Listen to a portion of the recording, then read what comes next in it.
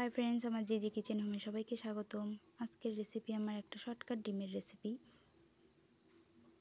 প্রথমে কড়াইয়ে তেল গরম হয়ে গেলে ডালচিনি ফোড়ন দিয়ে দেব। তারপর গোল গোল করে কেটে রাখা পেঁয়াজ দিয়ে দেব। পেঁয়াজগুলো ভালোভাবে নেড়েচেড়ে ভেজে নেব। ভালোভাবে ভাজা হয়ে গেলে আমরা মশলা দিয়ে দেব। মশলা বাটাটাতে আছে আদা, রসুন, জিরা বাটা, সাদা এলাচ, কালো এলাচ। তারপরে আমরা দিয়ে দেব হলুদ গুঁড়ো, লঙ্কা গুঁড়ো 1 চামচ, লবণ।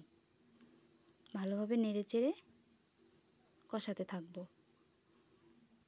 তারপরে একটু তেল ছেড়ে দিলে একটু জল দেব। জল দিয়ে আবার ভালোভাবে কষিয়ে নেব। তারপরে আরেকটু বেশি করে জল দেব।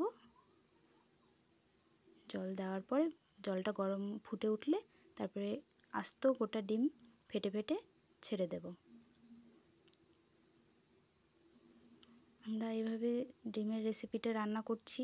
অনেকে এই রেসিপিটা রান্না করেছে, আমরা করি মাঝে মধ্যে, মানে শর্টকাট রান্না করার সময়।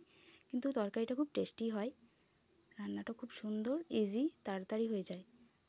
তারপরে ডিমটা 5 মিনিট 10 মিনিট একটু রেখে দেখি যে ডিমটা হয়ে গেছে, পুরোটা সেদ্ধ হয়ে যাওয়ার পর আমরা ভেজে রাখা আলুটা দিয়ে দেব।